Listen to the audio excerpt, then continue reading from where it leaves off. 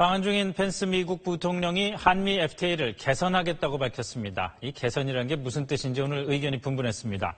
트럼프 취임 이후에 미국 최고위층이 한미 FTA를 직접 언급한 건 이번이 처음인데 개정 요구가 본격화할지 관심입니다. 정호선 기자의 보도입니다. 방한 일정 마지막 날, 주한미국 상공회의소 초청 간담회에 참석한 펜스 미 부통령은 먼저 한미 FTA에 대해 긍정적 평가를 내놨습니다. 2012년 발효 이후 한미 간 교역량과 직접 투자 규모가 늘어났다는 겁니다. 하지만 한미 FTA 이후 미국의 무역 적자가 늘어난 것도 분명한 사실이라며 우려를 표시했습니다. Most concerning is the fact that the United States trade deficit with South Korea has more than doubled since KORUS came into effect.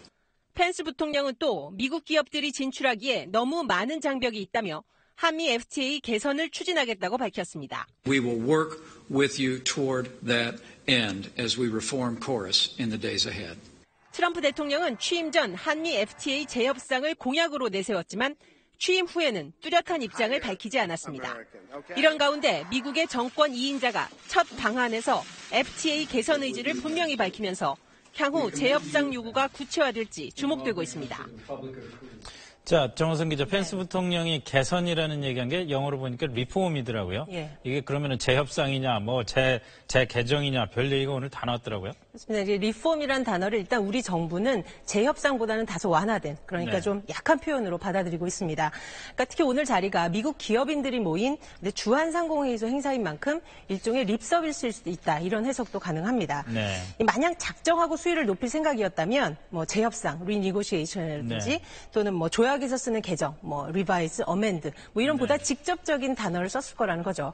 그래서 일단 우리 정부는 미국의 속내가 뭔지 좀 분석을 하고 있습니다. 그러니까 미국의 상공인들을 상대로 한 얘기니까 우리 정부 입장에서 크게 걱정할 필요 없다 이런 말인 모양이군요. 일단 전문가들이 이 부분에 대해서 어떻게 생각하는지 가장 궁금해서 한미 FTA 당시에 검투사로 불렸죠. 그 당시 수석 대표인 김정은 전 본부장을 만나서 얘기를 한번 들어봤습니다. 일단 들어보시죠.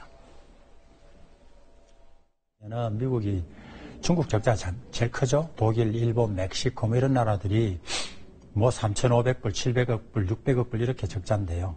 그런 걸 다 도외시하고 이 우선순위를 갖고 강도 높게 문제를 제기한다. 저는 그런 결론에 도달하기는 쉽지 않겠다 그런 생각입니다.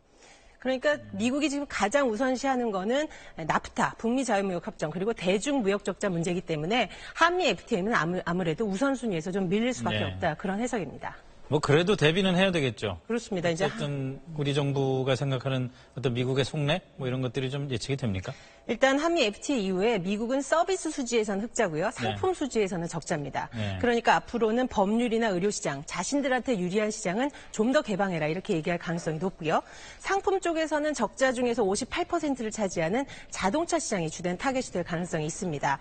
일단 북핵 협력을 위해서 방한해서 한미 FTA를 거론한다는 것은 안보와 경제를 연계하는 트럼프의 전형적 스타일이기 때문에 중국하고도 그랬죠. 그렇죠. 그래서 곧 들어설 이 한국의 새 정부에게 어떤 압박을 가하려는 것이다. 이런 해석도 나오고 있습니다. 알겠습니다. 잘 들었습니다.